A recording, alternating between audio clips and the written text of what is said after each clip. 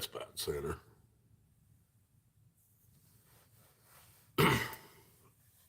Hey, everybody. It's wet your whistle with Watachee, and I am actually drinking a beer. Can you see what kind of platinum I think it's called? Yeah, Bud Light Platinum.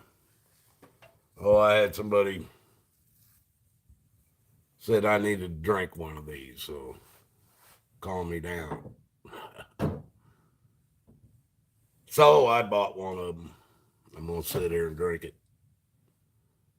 and just talk about. Well, we could talk about anything. I've got some stuff here that I can talk about, but one of the things I'm going to discuss is the G7 summit shit. That I don't even know what to say about it. It just blows my mind. They these people actually think that they have this kind of control over the entire world. Not it hasn't. At one, like Caesar, he had control of Rome and whatever that area was. He didn't have. Nobody has ever. These people have never thought they had this the entire world control before today. But these clowns think they have control across the board. Period. And they're doing some unspeakable stuff. And people, you can't. I don't know how to make this any more clear. If you keep giving evil consent, you are never going to get anything but evil. That's who you're giving consent to.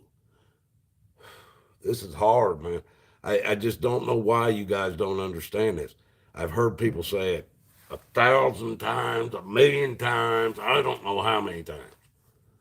I voted for the lesser of two evils. I still voted for evil, but I voted for the lesser of two evils. Because other than that, I have no choice. Do you hear that, people? Do you hear that?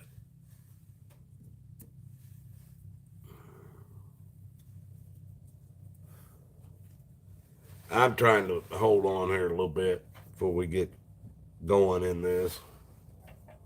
But it is have wet your whistle with Watachee.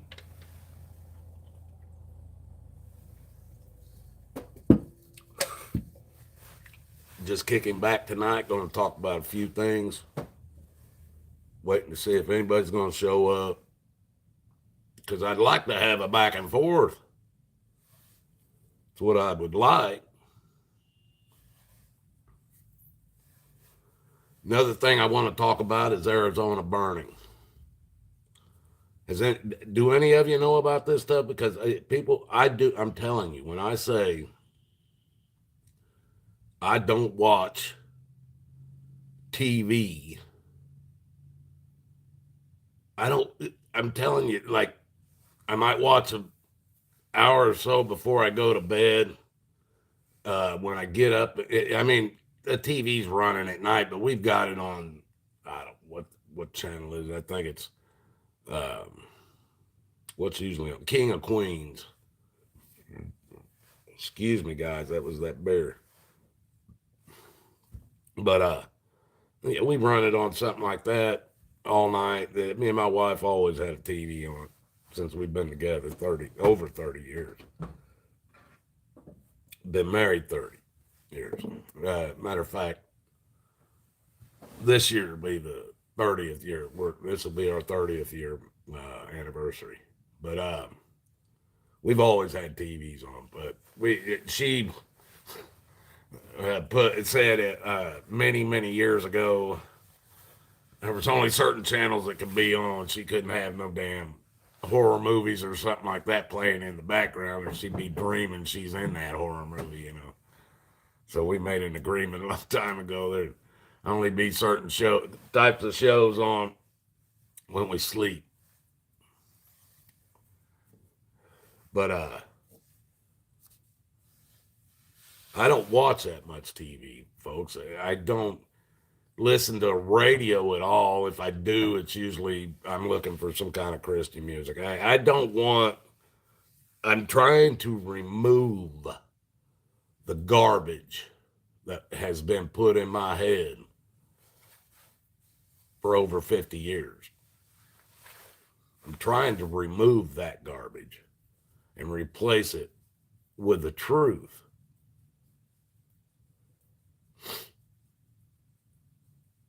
So I hadn't heard nothing about any fires anywhere, to be honest with you. I didn't even think there was any fires going on.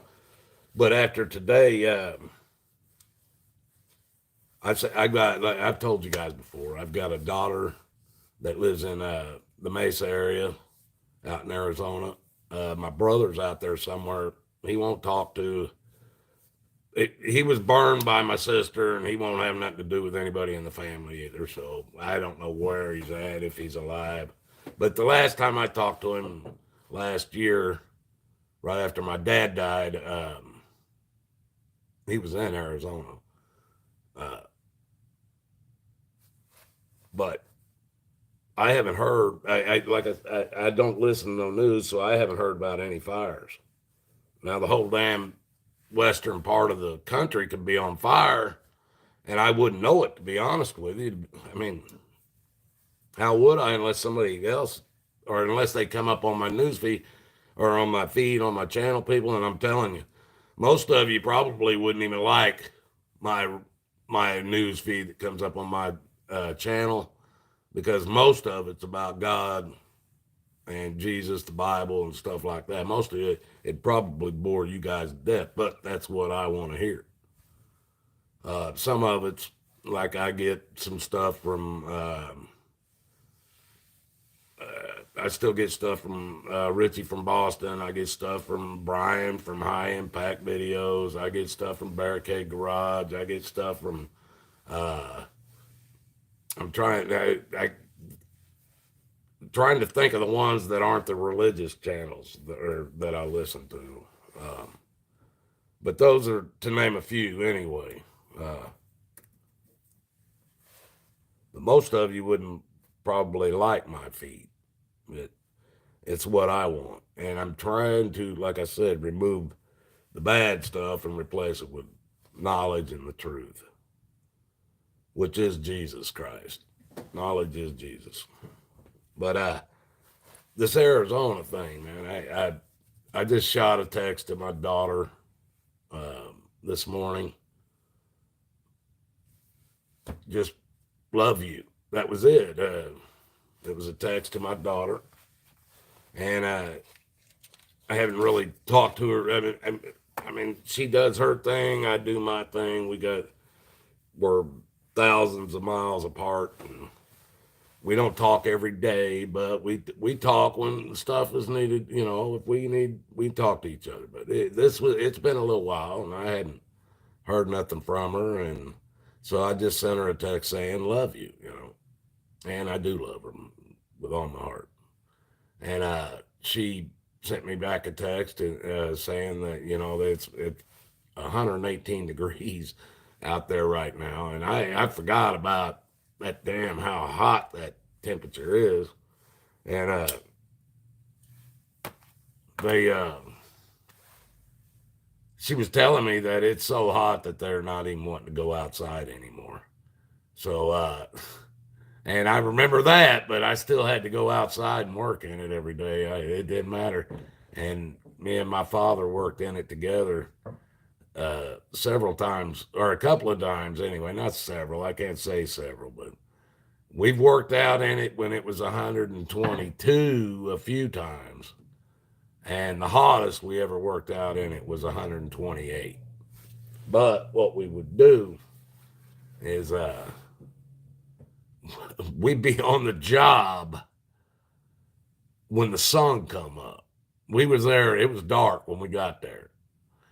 And by the time the sun came up enough to where we could start seeing to do our work, we were working. And by 1 o'clock, we were home, because by 1 o'clock, that's the hottest part of the day. you couldn't keep enough water in yours. You'd have to stand there and have a tube flowing water in, because if you was working, you was sweating so bad, you couldn't keep enough water in you. So you had to go home by 1 o'clock, man. You had to.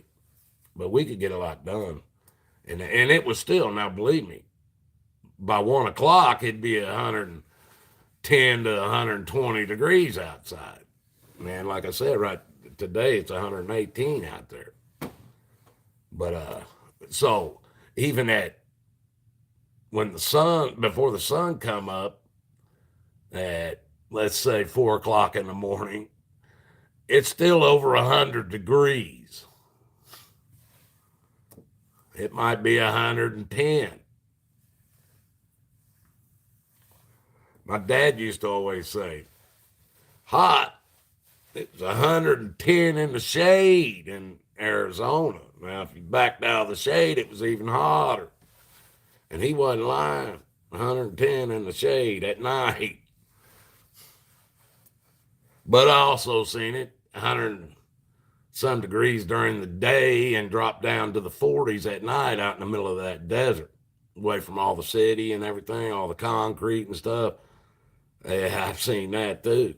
In a few hours. And that can catch you off guard. If you're out there in shorts and tank tops or whatever you want to call them stupid muscle shirts or whatever, a pair of flip flops, and it drops down to the 40s, and you're out in the middle of the damn desert, that can become a problem. Then you start a fire, stay warm, you set the whole damn desert on fire, or go to jail.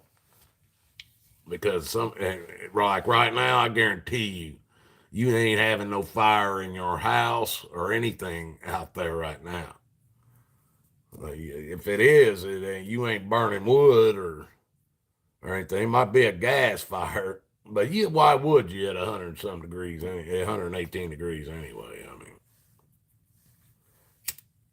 but you ain't having no campfire either. Guarantee that. But they're calling it. They're saying Arizona. All these fires are happening with telegraph. They're calling them telegraph fires, which I don't know what that means. You can't tell me that telegraph wires are causing these fires, so I don't know what telegraph fires mean. Somebody, if you can explain that to me, I'd love to hear it. I'm going to have to look it up. Because, like I said, folks, I just heard about this just a few hours ago. And so I did. I seen a couple of videos, and this is what I found. I found not only the valley, the Phoenix Valley area, Mesa, Tempe, Apache Junction, Chandler, Scottsdale, Paradise Valley. Let me see. I can't. It's been 20 years since I've been out there, folks, and that's doing pretty good. Naming that many. But those are in that valley. They used to call that the valley because it was a valley, folks. You could be right in the middle of that valley and look in any direction, stand there and turn in a circle and look in any direction, and you would see a mountain range of some kind. Guarantee it. I drove through all of them, been through all the mines, not all of them. I didn't know where all of them was, but I've been through a lot of them. We found a lot of stuff out there. Maybe one day I'll do a video on that. From Indian artifacts and I still have some. It was illegal, so I didn't keep stuff that I found. I did keep Indian arrowheads and tools and stuff there was a lot of them. I did keep those. You was allowed to keep those kind of things. But I did know people that kept things like moccasins, bows and arrows. I'm talking people that were old. Dolls. They found dolls. They had this one guy, man. He grew up out there, and his mother's house looked like a damn museum. And I can guarantee you this: if the Indians or government or anybody knew about all the stuff this woman had in her house, she would have went to prison. She had, I'm telling you what, this woman had stuff that, and I know it wasn't fake because I know the guy that found the stuff. He's the one that showed me how to find it. And that's a whole nother ball game there too, folks. All that stuff I did out there, but I'm just telling you, I was all through those mountain ranges, the desert out there.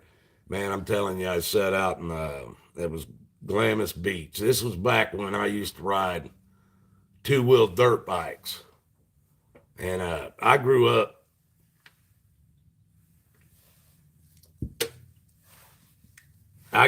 People. I lived next door to. We lived in a trailer park, of course. I'm a hillbilly. We lived in a trailer park when I was probably two, 2 or 3 years old.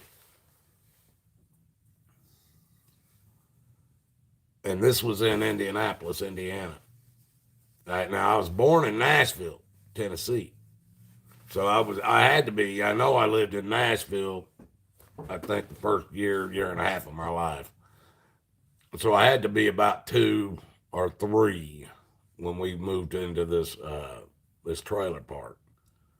Um, but there was a guy, a, a, a family that lived next door to us that had a son my same age, and his name we called him Jr.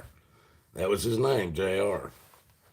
But he had, all I could say in my eyes was the coolest dad that you could have had. This boy, my best friend at that time, guarantee, I wish I knew how to get a hold of him. I can't even remember his last name now, but we did stay friends for many, many years. But this guy, his dad, man, put him on mini bikes and go karts and motorized stuff, buddy. That's what made me love. From an early age, I loved and wanted to drive a car. But I had to be probably, I couldn't have been no more than 3 years old first time I rode in a go kart. And this other boy, my same age, was driving the damn go kart. And I was having such a blast. I was like, I want to be the driver. And this boy's dad, that my parents gave him permission, and he ended up, he showed me how to drive this go kart. It was a dune buggy go kart, looked just like a regular dune buggy that you've seen on cartoons and TVs. Looked just like that, but it was a go kart, and it was a fiberglass body and everything. And had a little, I don't know, maybe 5 horsepower Briggs and Stratton motor in the back of it. But 20, 30 mile an hour, I don't even know if it goes, probably 20, or it might have been like 15 to 30 or 20 mile an hour or something. But, you know, kids, it seemed like it was doing 50. And I ain't kidding you with you about this, people. I got pictures of this shit. But his dad also got him a damn mini bike. And as we got a little bit older and we could touch the ground on it and shit. But he trained me how to ride this mini bike. And then it wasn't long after we moved out of the trailer park, and so did they. And they moved into a house, and we moved into a house. And we stayed friends, and I'd go over there, and he had motorcycles, go karts. He had all this stuff. I was always so jealous. And I was like, man, my mom and dad wouldn't let me have nothing like that. And one time I told them, I said, I want a mini bike, and somebody's going to sell it, and So I brought it. Somehow I got the damn mini bike home. I don't know. I think Dad or somebody went ahead and paid for it, but I can't remember how I got it. But I did get it home, and it was in. It needed some work done on it, and my dad, I think he's the one that he stripped it down, painted the frame. I think I got pictures of it. He painted. I think the frame was red or orange. But and then he recovered the seat on it, got it all working right, and then gave it to me. And I rode the daylights out of it, man, and loved it. And so I wanted to move up uh, to a motorcycle. My parents told me, no, you ain't gonna have no damn motorcycle. I was like, oh, okay. About 14 years old, I come rolling in. It was a Chaparral 100.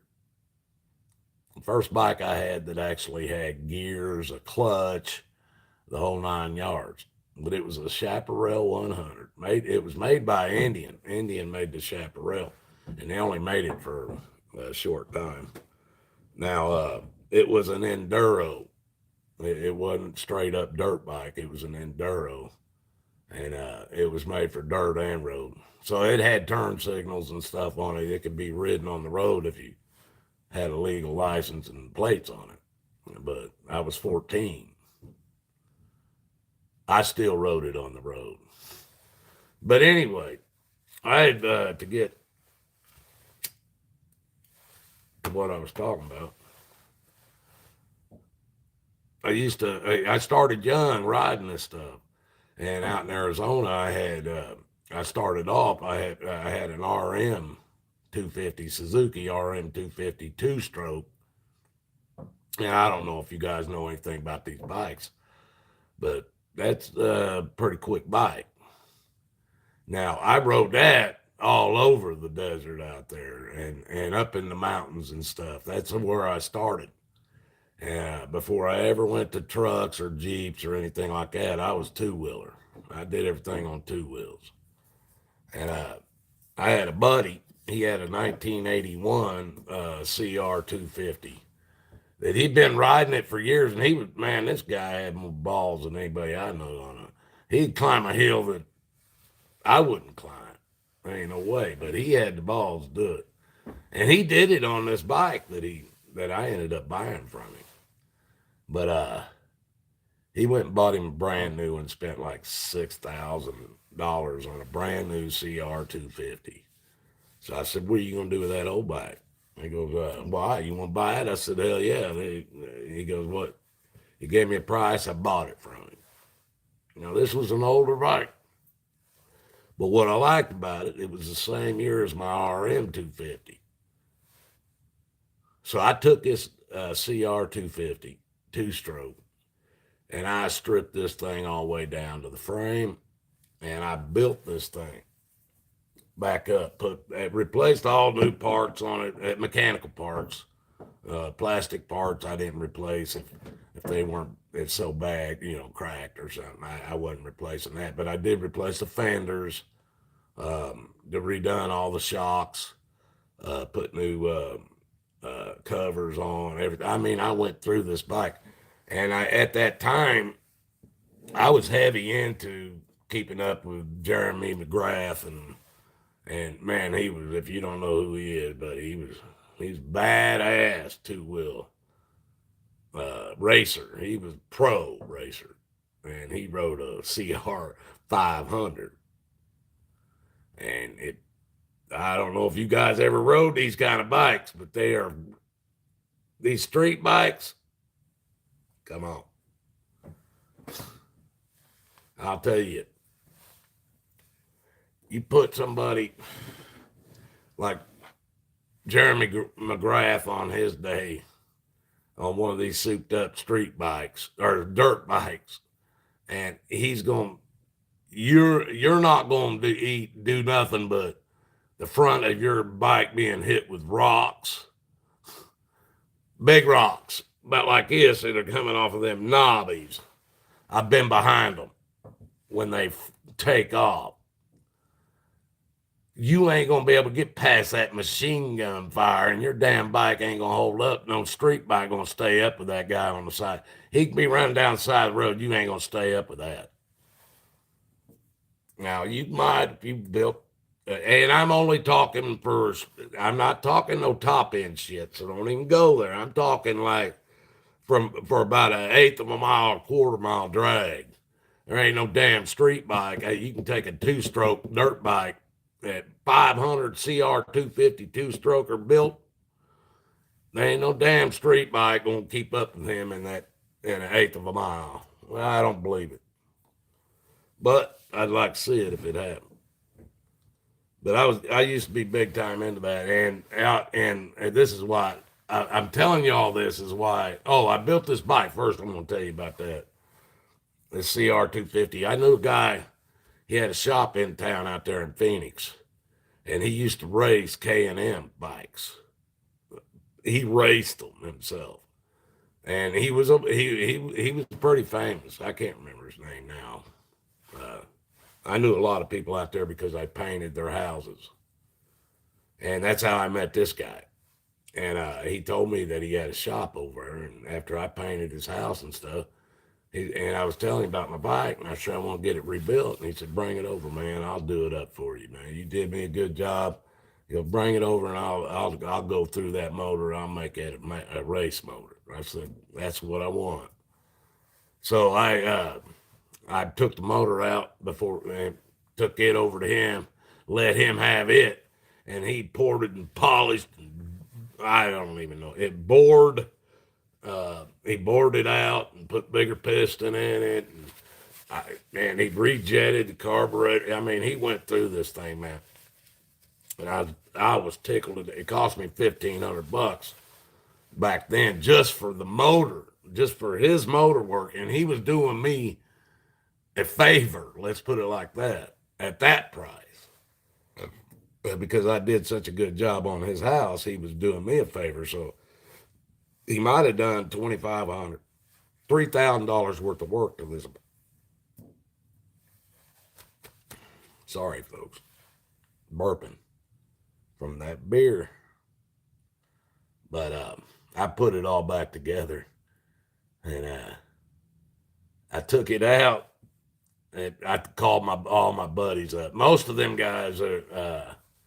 There was a couple of them that was around my age, but most when we were running with, man, these guys were like 19, 20, 21, and they're all riding brand spanking new CR 250s. One guy, he rode a KZ 250. He was into Kawasaki's. And every now and then, there were people like me rode the Yamaha and other, the other brands. But most of them were riding these CR 250s. Brand spanking new, though. So I rolled out there. I called him up and said, "Hey, man, let's go, man. I want to go ride." And we went out to Sycamore Creek out in out Mesa, or out north of Mesa, northeast of Mesa, out by Swore Lake. But they all met me out there. I was the first one out there. And I had my RM strapped up in the trailer too, but I brought this CR brand. I hadn't rode it yet, other than around my yard, just to make sure it was shifting gears and everything when I put it back together. But I hadn't rode it hard. I hadn't been able to open it up or nothing. So these guys all met me out there. And I already had my CR off, and I was riding it around out there a little bit, playing with it. And I took off down this damn uh, dried up river, basically, is what it is. But it's like a beach, an ocean beach. It's that much sand. And it's deep, deep, deep, deep. And these two wheelers, you got to get them up on top of that sand and haul ass. You can't, you slow down, you slow way down. It don't have no big old tires on to keep you up on top of that shit. You got to move with it. And so I got out on this big open spot and I laid into that damn bike and it flipped me out, buddy. It had so much, uh, so much top end and everything, man. It was just first time I had it. And so these guys were pulling in and I come back. And as I'm coming down, there's a big straightaway right in front of them. And they're all unloading their bikes and shit. And they haven't seen this bike yet. They thought I was going to be out riding my RM. And here I come down this big straightaway. I had that thing laid wide. I was just nailing it. It had 6 gears and I was nailing it. And I go flying by them guys, man. And this one guy, the guy that rode the Kawasaki's, he was a good friend of mine. He worked for me, and on times he worked for himself too, but he worked for me on times, and him and his wife had dinner at our house, and we had dinner at their house and everything, and we were friends. And I come riding that thing up on him, and I get off of it, man, and I'm doing a whole full body just shake. And he's going, what's wrong with you, man? And I'm going, man, you got to get on this thing and ride it. That's all I can say. And this bike, it flipped. It scared me. It scared me. And I've been riding bikes for years, man, but it scared me going across that damn as fast as it was. And he was like, what? And I'm going, I'm serious, man. You got to get on this thing and ride it. And this guy, man, I'm telling you what, when he rode bikes, he rode that Kawasaki, the front wheel hardly ever touched the ground. He rode his bike hard, wide open. And I was like, man, I got it set up for my little short legs. He had longer legs. I said, so you have to deal with that, but I just want you to feel the power, man. And so he takes off, and about that same time, the guy I bought the bike from follows him on up there. And they go up the front of this run. It's a straight, flat run down through there. And one of them asked the other, you want to race? And he goes, yeah, let's just do it, man. So here they come. The guy I bought the bike from, and he's sitting on a brand new bike. And his old bike, he's racing against it with my buddy on it. I wasn't even on it. Kind of pissed me off. But here they come tearing down through there, man. He had my bike had such a lead on this guy, he was flipping out. And my buddy brought that bike back, and he's going, my God, man, that thing is screaming fast. I said, I know. But I tell you all that because I was going to tell you, I spent a lot of time out in the desert out there in Arizona, and even down in Mexico and Baja, California area. Now, they had a place out there called Glamis Beach. And this Glamis Beach, it's basically a bar, store. Maybe, I think there's a post office inside there. But it's sitting out in the middle of nowhere in these dunes. Sand dunes, folks. It's a little town. I think there's 200 people most of the year. But there's a few times a year when they set up these damn professionals, all these professional drivers, whether it's dune buggies or whatever, dirt bikes, quads, whatever. They all meet out there at Glamis Beach. I think it's a couple times a year at least. I know I've been out there a few times. I can't remember if it was the same year or different times of the year. But this place goes from about 200 people population normally to there's a gas station there too. They can supply you with fuel and stuff. But to about 200,000 people over a week or 2 week period. And when you're out there, people, I'm telling you, out there in these dunes, there are no cities, no street lights. The only lights you got's on your vehicle or whatever you might set up or be holding. For many, many, many, many, many, many miles. And I'm telling you, sitting out there in that desert, nothing to block the sky, the heavens. There wasn't an inch of it, not an inch of it, that did not have stars cluttering every inch of it, from horizon to horizon. Any way you looked, all the way to the other side, it was just like sand on a beach with stars. And if you ain't never seen that, folks, I suggest you get your butt to Glamis Beach or somewhere way out in the middle of the desert somewhere and look up, because what you see in these cities is nothing. Nothing. The fact that you can see the Little Dipper and shit like that. I want you to point it out when the whole doggone sky is filled with stars. Every inch of it. But anyway, that was my Arizona burning part, people. And I threw some shit in about me. Hell, we're already 36 minutes in. The G7 stuff, man, folks. We got to talk about this G7 stuff. Man, they're talking about, we're going to take all gas-powered motors out. No more. You're not even going to be able to buy gasoline or oil and stuff for them. People, how do you think they're going to do all that? Can you afford an electric car today? I can't. What do you think, they're going to make them cheap enough for us to afford them all? No, they want us walking or on bicycles. They don't want us to be able to travel. Global tax, folks, come on.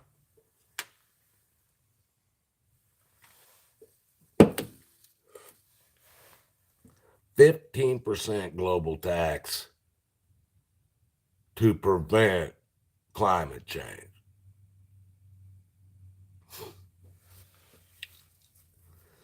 If I have to say another word about that, I don't even know why. Why I waste my time. So let me put it to you like this. It's funny because your old Biden president raised the minimum wage to $15 an hour, according to him.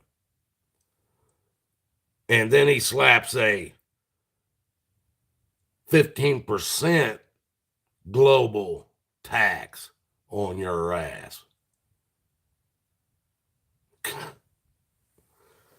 Can you say you're below minimum wage again? Way below. People, you're already paying what? 30-some, some of you 40-some percent in taxes. You're going to pay another 15%? Well, let's put you at 50 to 55%. How much do you need to? Not only that, they jacked up food prices, gas prices, everything. Paint, wood. Go try to buy a 2x4. See if you don't need a credit card. Everything has either went up or you're paying the same price for less. One of the two. And you think he did you a favor by giving you a $15 minimum wage. Have you driven around, folks? Fast food is not fast food anymore. It takes you 30 to 45 minutes to get your food. Because most of them around here, they don't even have the damn lot where you can go in and eat open yet. They're still just running the drive-through because they can't get nobody to work. And there ain't a store around here that ain't trying to hire people. If you want to work today and you're not, it's only because you don't want to work and you're lying. Now, another thing that they're going to ensure that stays in place is for kids and women to get children or little girls and women to get abortions. We're going to make sure that you women and little girls can still kill babies legally. We're going to make sure of that. Or not we. Oh, Biden's going to make sure of that. And the G7 summit, whoever's involved in all that, they're going to ensure that little girls and women can continue to kill babies.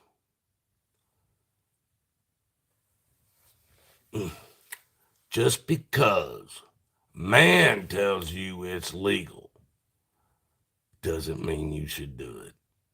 Because if you're killing babies, you're marking your soul with something you may not be able to wash off. But the government's going to make sure you have the right to commit murder in God's eyes. And you're going to do it. Now, they're not only going to ensure that, they're going to ensure that all kids know about transsexual. They know about gay shit. They make sure they know about the 50 different genders that are on the earth today.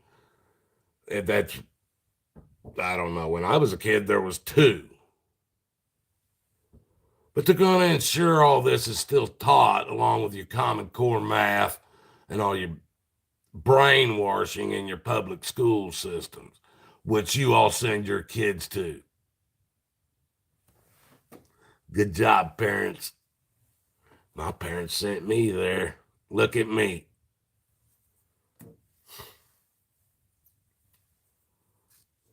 People, that's just 4 of the things they talked about.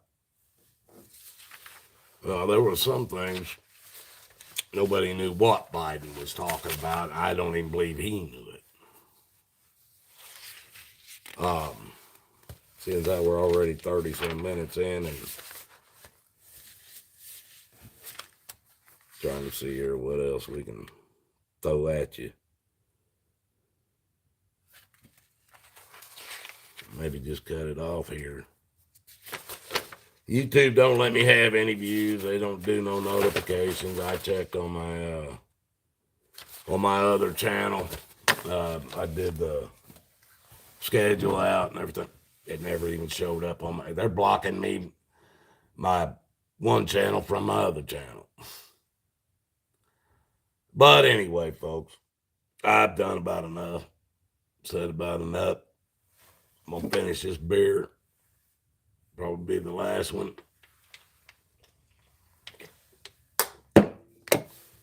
Then I'm gonna go in and hit it. Sitting in my barn again, me and Jesus.